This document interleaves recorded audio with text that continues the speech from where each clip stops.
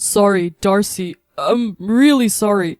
I can't believe this. They're not my family anymore. The moment I saw my usually stoic husband shed tears, I made up my mind.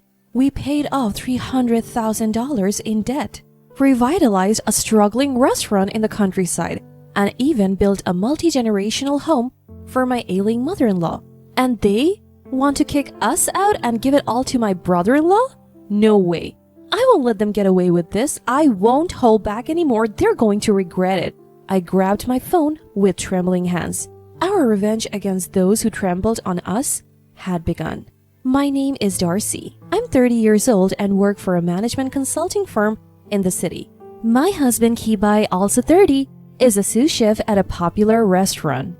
He doesn't talk much, but he's incredibly kind, hardworking, and sincere. Today, we're having dinner at home with our mutual friend Stephanie. What? You guys are moving back to your hometown? Stephanie was shocked as she sipped her wine. Yeah, Kibai's dad is getting worse and we have decided to take over his family's restaurant. I feel bad for Darcy having to quit her job, but that restaurant is my family legacy and my dad is the reason I became a chef. I get it, but... Stephanie poked at the vibrant dishes Kibai had prepared with a displeased look. Stephanie and Kibai are from Morro Bay, a coastal town far away. I met Stephanie in college when she moved to the city for school. She comes from a wealthy family and is very bubbly, completely opposite to me, but somehow we clicked. She even introduced me to Kibai, saying you two are perfect for each other. But isn't it a waste, Darcy? You've been working so hard at a management consult at a big company, and Kibai, you're a chef at a renowned French restaurant. Don't you guys have dreams? Thanks for worrying, Stephanie, but nowadays, as long as you have a computer, you can work from anywhere. Most importantly, I want to support Kibai. Alright, lovebirds, now next time I'm in town, you better treat me to Kibai's cooking again. Stephanie, thank you. I'll go grab some more wine. As Kibai left the table, I whispered to Stephanie. Stephanie, thanks for your concern, but I'll make it work. I'm lucky to have good friends, of course. I have my worries about this new chapter, but I know we'll be alright. After saying our goodbyes to Stephanie, my husband and I moved to Morro Bay, unaware of the tough challenges that lay ahead of us. When we visited my father-in-law in the hospital, we were shocked to see how frail he had become. Kibai, I've got terminal cancer. I don't have much time left. Kibai's quiet father-in-law said that. I was prepared, but those words still weighed heavy on me. A man devoted to his work, his only hobby being collecting plates. A kind father who adored Kibai very much. Dad, don't worry. We'll be okay. Yes, father-in-law, everything will be alright. Kibai comforted him by holding his hand. You've got a good wife, Kibai. Just as I felt a lump in my throat, a shrill voice filled the room.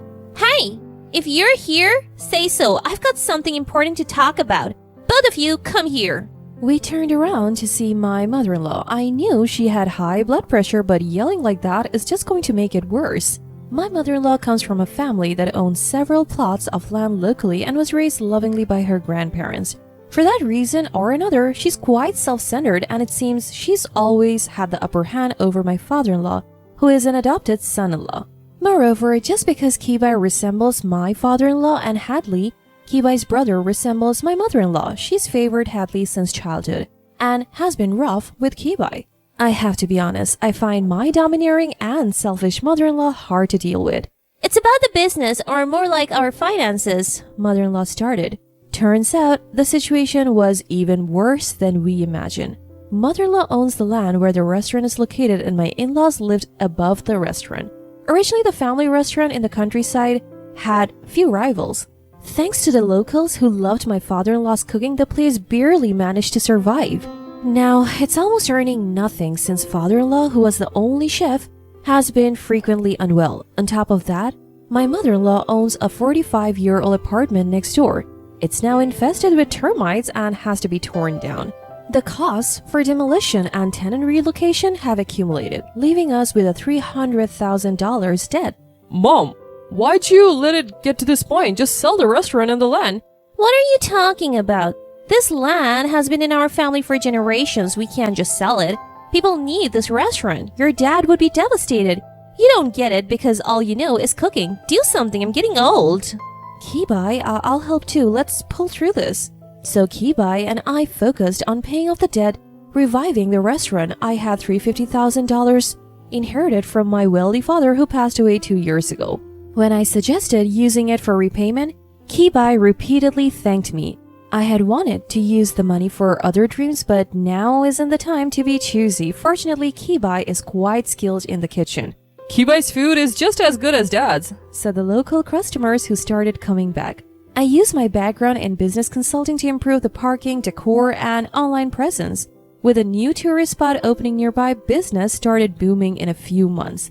Then father-in-law, who had been ill, finally passed away. We were the only ones present at his side. Kibai, the restaurant, your mom. These broken words were father-in-law's last. It's okay, Dad. Leave it to us. We both tearfully said goodbye to father-in-law. During the funeral, mother-in-law looked visibly worn out. Glued to her side were my brother-in-law Hadley and his wife Lila. Since mother-in-law wasn't doing anything, we had to arrange and pay for the entire funeral. That's quite the work ethic you got there, Darcy. Nice to see a career woman turned restaurant owner. A drunk Hadley started to cause trouble. Kibai had worked hard to pay for his culinary school while being abandoned by mother-in-law with almost no money. Hadley, on the other hand, was pampered and went to a private college. He now works in sales in the neighboring town with a pretty wife. Hadley graduated from the same business school as me, but let's be real, my college was of a higher caliber. Maybe that's his chip on the shoulder, always throwing shade behind my back and making fun of Kibai. Of course, my mother-in-law never told Hadley about our debts, so he's clueless about the hell we went through. I was irritated but chose to ignore it. Then, a scream from Lila. I rushed over to find my mother-in-law, still in her funeral attire, convulsing and collapsed. She was pale and even foaming at the mouth. Kibai, Hadley, and I all scrambled to call an ambulance. Turns out she had suffered a stroke. She was already hypertensive, and the shock of my father-in-law's death and lack of sleep probably contributed. She survived and her speech was okay, but she was left paralyzed and now needed constant care. 2 months after my father-in-law's death, she called us in to talk. I have repaid the debt and the business is going well. Why not build a duplex on that vacant lot where the apartment used to be? I can't live upstairs anymore. Feel free to use your father's insurance money. I was stunned by her audacity but realized she couldn't live upstairs anymore in the shop. We were renting an apartment nearby, but that wasn't free either.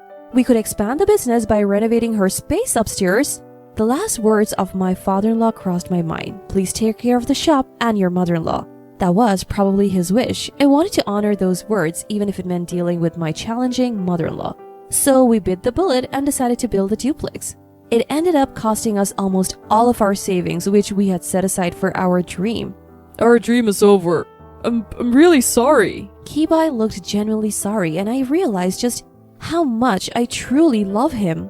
We're doing well with the restaurant and we can always save up money again. Besides, I'm excited about our new home. Let's try to stay positive. Holding back my emotions, I did my best to offer those words of encouragement. We decided to go with a trendy construction company that Hadley connected with through his business networks for our new home. We could have preferred a reputable local company, but we were overruled by Hadley and my mother-in-law. We were busy running the recently reopened shop, so we just gave them our living space requirements and left it at that. The duplex was completed. It was certainly stylish and the first floor was accessible. But the second floor also featured a state-of-the-art kitchen for Kibai. We gathered in the newly completed home along with Hadley and his wife to celebrate. That's when my mother-in-law, now in a wheelchair, spoke up. I have something to tell you. I had a bad feeling about this. This doesn't bode well. I want to give the restaurant to Hadley. And since Hadley and their team have agreed to take care of things, they'll be the ones living in this house. You all can go back to Los Angeles now. I couldn't believe what I was hearing. We had paid off $300,000 in debt with the inheritance I received. Kibai had worked hard to rebuild the business, turning it into a well-liked shop with great online reviews. We even built a 2-family home to care for my ailing mother-in-law, and now they want to kick us out and give it all to Hadley? Wow, this place turned out nice. Don't worry, Mom and the shop are in good hands. Hadley smirked obnoxiously. I can't wait to cook in this fabulous kitchen. Lila chirped, clearly excited. That must be about the kitchen for Kibai. What's up with these people? This is ridiculous. Since that's the case, don't move in here. Oh, take these dishes your father collected. They don't fit in this house. Hadley carried out an old box full of dishes that my father-in-law had collected. I felt dizzy. Well, it's settled then. Time to leave, don't you think? My mother-in-law spoke coldly. I held back my anger, grabbed my husband's arm, and stood up. As we turned to leave, I caught a glimpse of their smirking faces, filling me with nausea. I'm sorry, Darcy, I really am. They're not my family anymore. On the way home, my usually stoic husband broke down. It was the last straw. Let them have the shop and the house. But I won't stand for it anymore. I have had enough. They are going to regret this, I promise. I took out my phone, trembling. Hello, it's Stephanie. Stephanie, something's come up. We're doing it. After I explained, Stephanie simply said, Understood. You both are on board, right? Let's do it. A few months later, we were at the grand opening of a restaurant cafe located just a 10-minute drive from our Morro Bay family home, as the main chef and the business owners. Turns out, Stephanie's family owns land in Morro Bay and they're entrepreneurs. They initially wanted to start a restaurant around here and had planned to entrust us with running it. However, Stephanie had postponed the plans, not wanting to interfere with Kibai's family business. That was the whisper during the farewell party. Our dream of running our own restaurant became a reality thanks to the financial backing from Stephanie's family.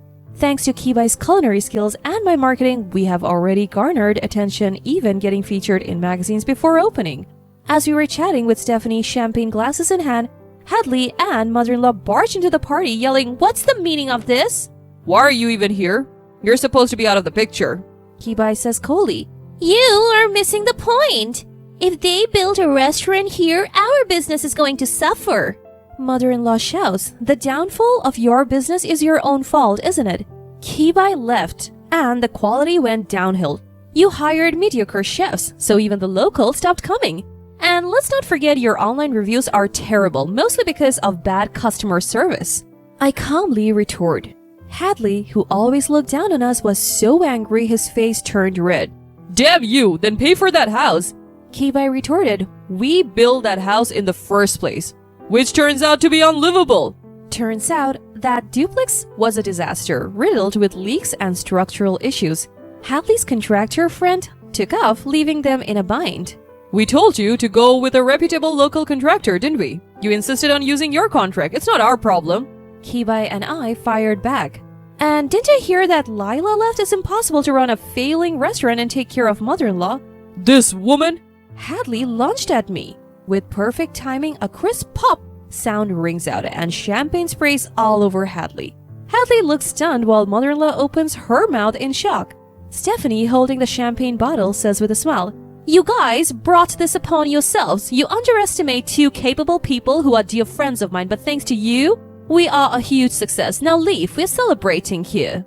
Drenched, Hadley and mother-in-law, their faces flushed, retreated. We apologized to our guests for the commotion. Though we kept bowing our heads, our hearts were full of joy. A year went by. Mother-in-law and Hadley had to close their restaurant due to poor management. Living in a rundown apartment, it seems Hadley has been juggling part-time work with caring for mother-in-law. One of our regular customers who's been frequenting our restaurant filled us in on their situation. They used to call us up until about 6 months ago, but we're not engaging with them anymore. Our restaurant cafe is now booming. Customers are flocking to try Kibai's dishes and sweets, and Stephanie couldn't be happier. I help run the business while also working as a business consultant in Morro Bay. Oh, one more thing. While organizing the dishes that father-in-law had left behind, we found his will. It read, Kibai, I'm sorry for everything. Don't worry about the shop or your mother. Just run away and be happy with Darcy. Also, these antiques are for you. Get them appraised. What father-in-law wanted to say was exactly this. He didn't want us to take over the business or mother-in-law. He wanted us to be free. Knowing father-in-law's true feelings brought tears to our eyes. We got the antiques appraised and found out they're worth far more than what had been spent on mother-in-law all these years. For now, we're not selling them. We think of father-in-law and say a prayer every day. Calm and happy days have returned to us.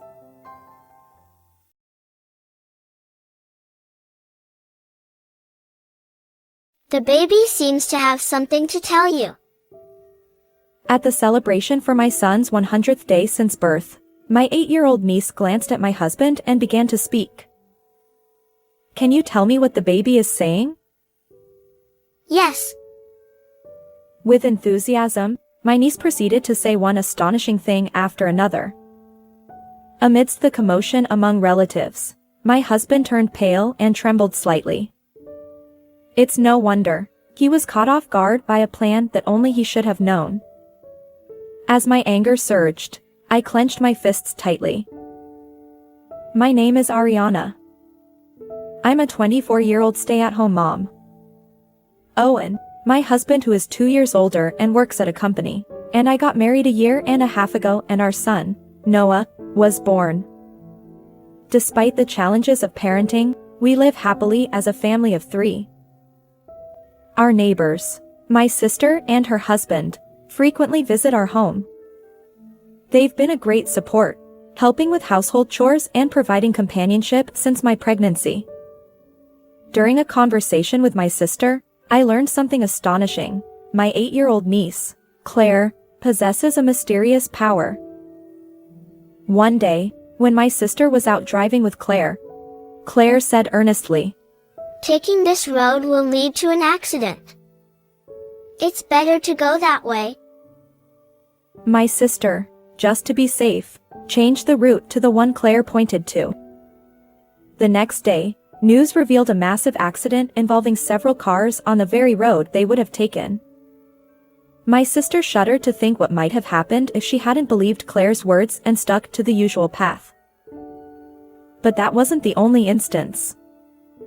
Claire also predicted a break-in at our neighbor's house, which indeed occurred. Fortunately, the neighbor had been persuaded by my sister in advance and evacuated valuable belongings to their parents' home, avoiding any harm. However, I'm not a fan of the occult. Despite hearing my sister's stories, I remained skeptical about Claire's mysterious abilities. I even shared Claire's tales with Owen, but he took it lightly. Wow, that's impressive. Since my pregnancy, Owen's behavior had changed. He started coming home drunk in the early hours of the morning more frequently. I had hoped that becoming a father would transform Owen, but nothing changed after our son's birth. His words about parenting together were like a distant memory. Instead, I was left to handle everything related to childcare. To make matters worse, just when I managed to put Noah to sleep, Owen's drunken voice would announce, "I'm home." Noah would wake up, crying inconsolably. I'd hold Noah, trying to soothe him. "Hey, can you moderate your drinking?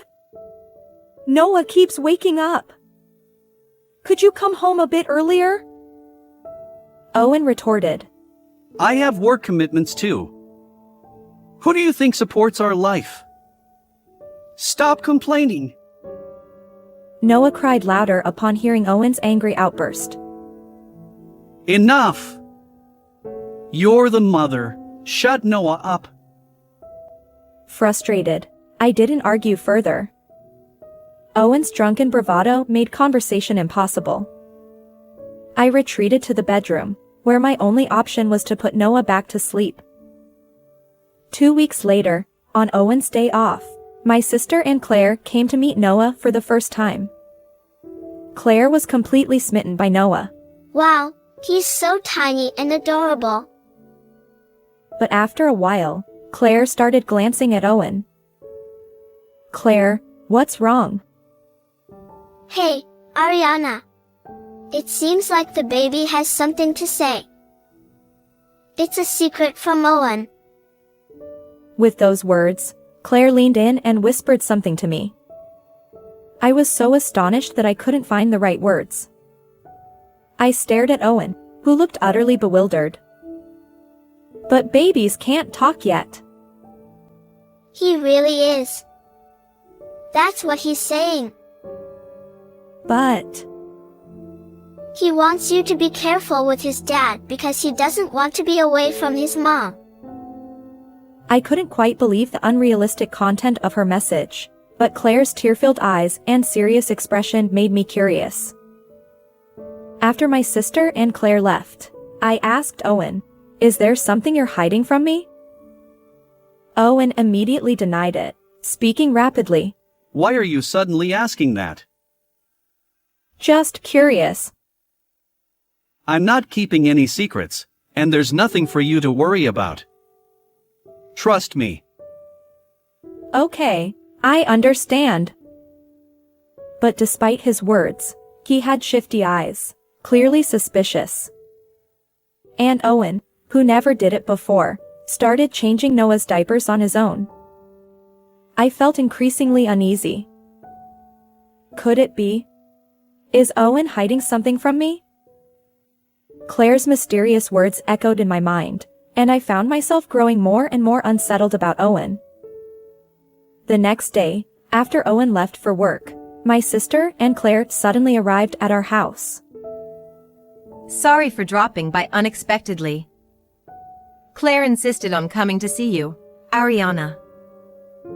My sister looked apologetic, but Claire's expression remained serious.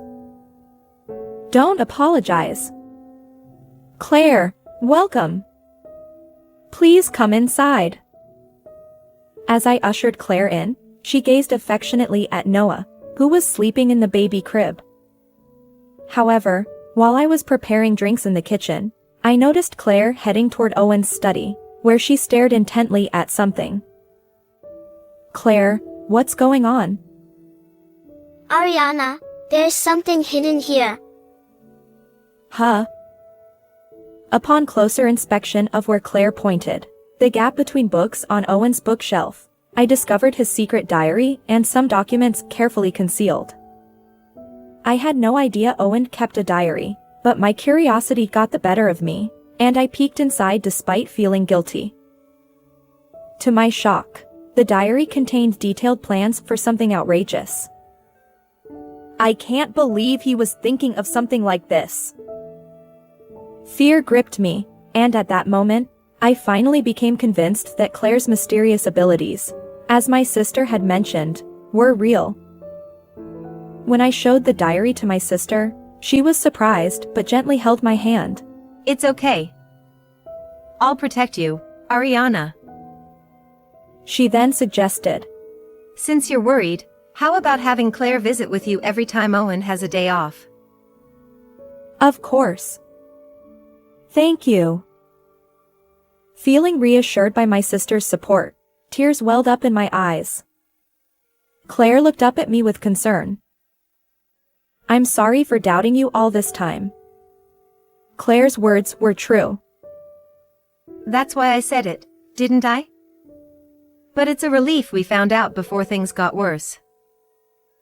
Yes, thanks to Claire. I appreciate it. No problem. You're welcome. While I smiled back at Claire's bashful expression, inside, my feelings toward Owen shifted from love to something darker. I won't let this end here. Maybe it's time for some revenge. With that thought, I decided to confront Owen dramatically during Noah's celebration, where both sets of parents would be present. After that, my sister and Claire visited our home every time Owen had a day off. However, although Owen initially behaved amiably, he gradually became more irritable. Eventually, even with my sister and Claire present, Owen started wanting to go outside alone with me. Sometimes, I'd like us to have a date as a couple. Can you take care of Noah until I come back? Owen, no. Noah cries nonstop when Mom isn't around. But I thought Ariana might need a change of scenery occasionally.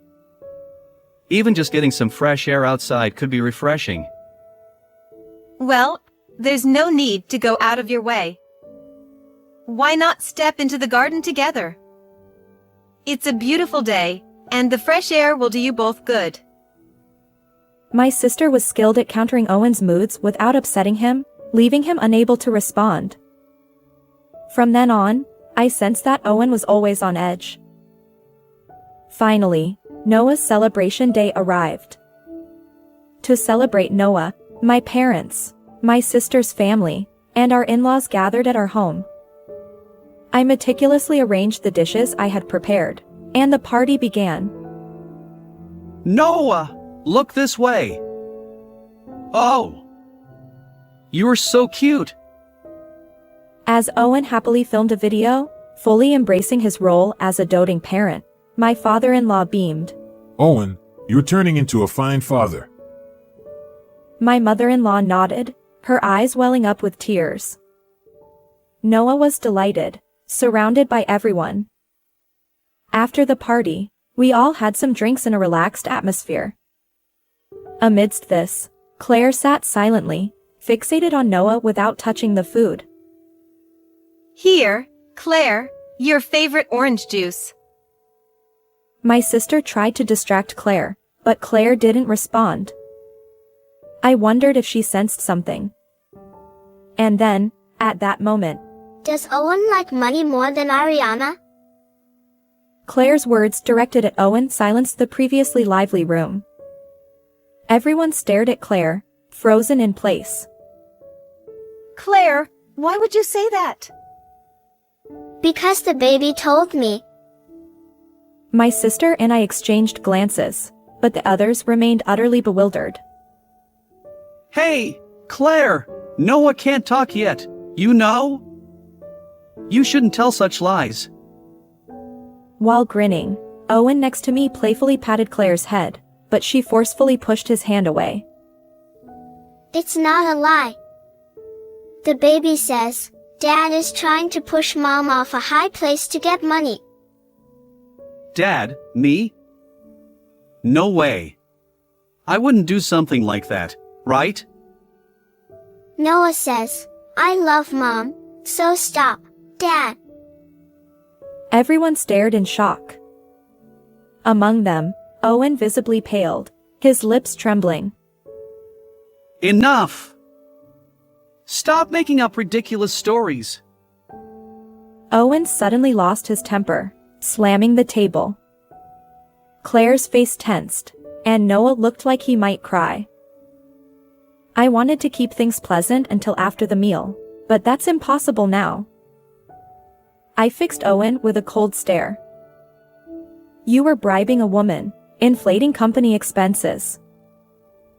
Huh? What are you talking about? I thrust the diary I found on the bookshelf in front of Owen, who was now sweating profusely. It's written right here. Don't tell me you won't admit it. It's about a subordinate at work. I'd never do something stupid like that. His strained smile and feeble excuses were met with beads of sweat on his forehead. And besides, invading someone's privacy by reading their diary is despicable. You, heartless person, have no right to accuse me. What? What do you mean? Still pretending? You were planning something dreadful to cover up your misuse of company expenses before it got exposed. I opened the diary to the page detailing his scheme and held it up to Owen, who averted his gaze. Humph. So what? That was just material for a novel. Besides, a mere diary won't prove anything. Well, then. Can you say the same after seeing this? I pulled out a certain document. Recognize it? It's the life insurance policy you were hiding. You took out a $1 million policy on me. What exactly were you planning to do? I see. You intended to repay the embezzled company funds with the insurance payout after getting rid of me. Isn't this substantial evidence? No, In truth, on the day Claire first visited Noah, she secretly whispered everything to me. Owen wants money, so he's planning to take you somewhere high and push you off. From that moment, I couldn't trust Owen anymore. Our parents and in-laws stared in shock. Cornered, Owen couldn't argue back and suddenly began desperately apologizing. Ariana, I'm sorry. Let me repay the embezzled company funds instead. Why should I have to do that? Don't say that. We're a married couple. right? If the company finds out, I'll lose my job. Then we won't be able to survive, will we? Owen, who had lightly regarded my life for his own sake. I regretted ever being with someone like him. I can't stay married to someone as terrifying as you. It's also bad for Noah. Let's get a divorce. I handed Owen a pre-filled divorce form, demanding $20,000 in alimony and $500 monthly child support. No! Noah is still so young. Divorce and paying such a huge sum, it's not a joke. Just stop complaining and sign the divorce papers already. Owen stomped his feet like a child, crying and protesting. His pitiful behavior made me nauseous. Suddenly, my father-in-law, who had remained silent until now, snapped. Owen! Cut it out! Perhaps he couldn't bear to witness Noah's father behaving so poorly. My father-in-law continued. You have no right to refuse divorce and alimony. Owen reluctantly signed the divorce papers. Afterward, my in-laws apologized to me repeatedly and dragged Owen out of the house. The next day, I submitted the divorce papers. Then, I contacted Owen's company and reported his misuse of company funds. Subsequently, Owen's wrongdoing came to light, and he was fired from the company. To pay alimony, child support, and compensation to the company, Owen had to sell our home and now works from morning till night, living on site. I considered reporting this to the police, but aside from what Owen had written in his diary, there was no other evidence. Instead, I chose to be grateful that Claire and Noah had prevented a disaster. Now, I'm back at my parents' house with Noah, enjoying peaceful days. My sister and Claire visit Noah almost every day. Noah says he's happy to be with Mom all the time. Hearing Claire's words, I smiled. As I watched Noah giggle, I vowed to continue showering him with love and protect him with all my might. How did you like this story? If you enjoyed it, please consider subscribing to my channel. Until next time.